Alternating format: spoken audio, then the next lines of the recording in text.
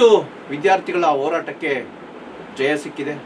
ಧರ್ಮೇಂದ್ರ ಪ್ರಧಾನ್ ಅವರ ತಲೆದಂಡ ಆಗಿ ಇದೇನು ಪ್ರಹ್ಲಾದ ಜೋಶಿ ಅವರು ನೂತನ ಶಿಕ್ಷಣ ಸಚಿವರಾಗಿ ಹೆಚ್ಚುವರಿ ಹೊಣೆ ವಹಿಸ್ಕೊಳ್ತಾ ಇರುವಂಥ ಈ ಸಂದರ್ಭದಲ್ಲಿ ಅವರಿಗೆ ಅಭಿನಂದನೆಗಳನ್ನು ಸಲ್ಲಿಸುತ್ತಾ, ಇವರು ಧಾರವಾಡ ಲೋಕಸಭಾ ಕ್ಷೇತ್ರದಿಂದ ಸತತ 5 ಬಾರಿ ಸಂಸದರಾಗಿ ಆಯ್ಕೆಯಾದರು.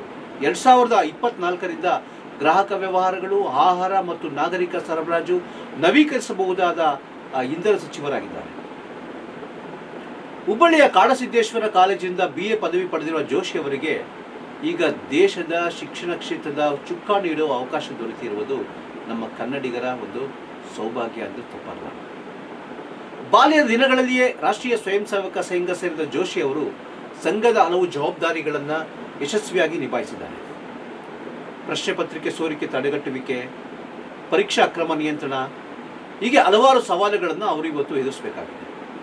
ಲಕ್ಷಾಂತರ ವಿದ್ಯಾರ್ಥಿಗಳ ಆತ್ಮವಿಶ್ವಾಸ ಪುನರ್ಸ್ಥಾಪಿಸುವ ಜೊತೆಗೆ ಶಿಕ್ಷಣ ಕ್ಷೇತ್ರದ ಪ್ರತಿಯೊಂದು ವಿಷಯವನ್ನು ಸಮರ್ಪಕವಾಗಿ ನಿಭಾಯಿಸಬೇಕಾದ ಜವಾಬ್ದಾರಿ ಜೋಶಿಯವರ ಮೇಲಿದೆ.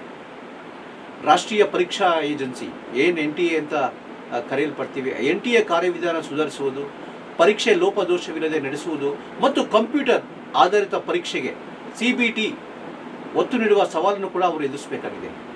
ಅವ್ರಿಗೆ ಎಲ್ಲ ರೀತಿಯಲ್ಲೂ ಕೂಡ ತಾಯಿ ಭುವನೇಶ್ವರಿ ಹೆಚ್ಚಿನ ಶಕ್ತಿಯನ್ನು ನೀಡಲಿ, ನಮ್ಮ ಕರ್ನಾಟಕದ ಕೀರ್ತಿಯನ್ನು ರಾಷ್ಟ್ರ ಮಟ್ಟದುದ್ದಕ್ಕೂ ಬೆಳಗಲಿ ಅಂತ ಅವರಿಗೆ ಮತ್ತೊಮ್ಮೆ ನಮ್ಮ ಶಕ್ತಿ ಅಸ್ತ್ರ ತಂಡದಿಂದ ಒಂದು ಹಾರೈಕೆ ಮಾಡ್ತಾ, ಪ್ರತಿ ಕ್ಷಣದ ಮಾಹಿತಿಗಾಗಿ ವೀಕ್ಷಿಸಿ ಶಕ್ತಿ ಅಸ್ತ್ರ ನ್ಯೂಸ್. ಇದು ಕನ್ನಡಿಗರ ನಾಡಿಮಿಡಿತ.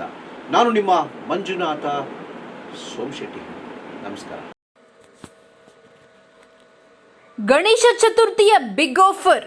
ಕೊರಿಯೋ ಕಂಪನಿಯ 32 ಇಂಚ್ LED TV 8,500, 43 ಇಂಚಿನ LED TV 11,500. ಬನ್ನಿ, ಸುವರ್ಣ ಅವಕಾಶವನ್ನು ಪಡೆದುಕೊಳ್ಳಿ. ಶಕ್ತಿ ಎಲೆಕ್ಟ್ರಾನಿಕ್ಸ್, ದಾಸಪ್ಪನಪಾಳ್ಯ, ಸಂಕಷ್ಟಹರ ಗಣಪತಿ ದೇವಸ್ಥಾನ ಎದುರು, ಚಿಕ್ಕಬಾಣಾವರ. ನಂಬರ್ 9663713265, 966